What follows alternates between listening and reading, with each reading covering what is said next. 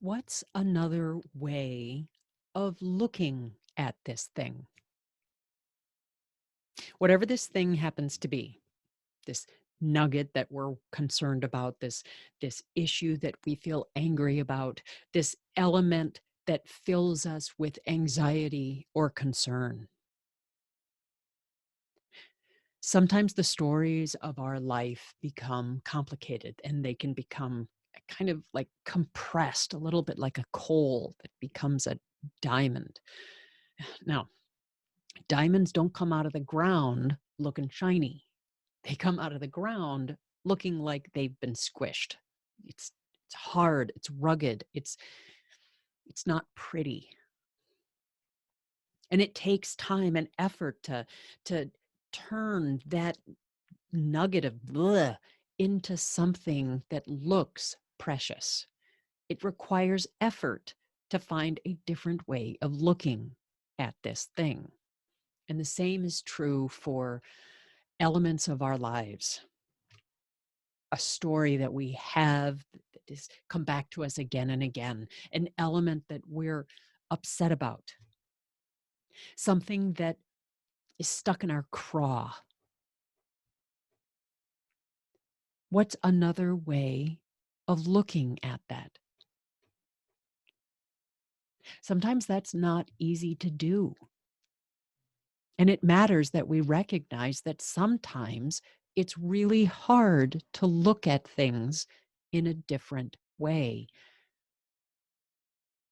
Because even asking the question, what's another way of looking at that, requires that we're looking at something in a certain way. And acknowledging that is really huge.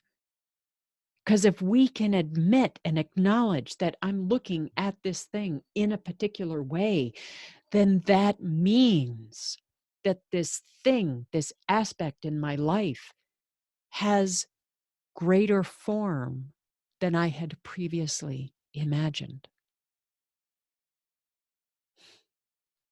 Because if there's only one way of looking at something, it's a one-dimensional reality. It becomes this recurrent time loop that we happen to be in. It's one-dimensional. There is no depth. And acknowledging that in and of itself is really huge. So even asking the question, what's another way of looking at that, can open up a door that in what we might have thought to be a dead-end alley. So what's another way of looking at that?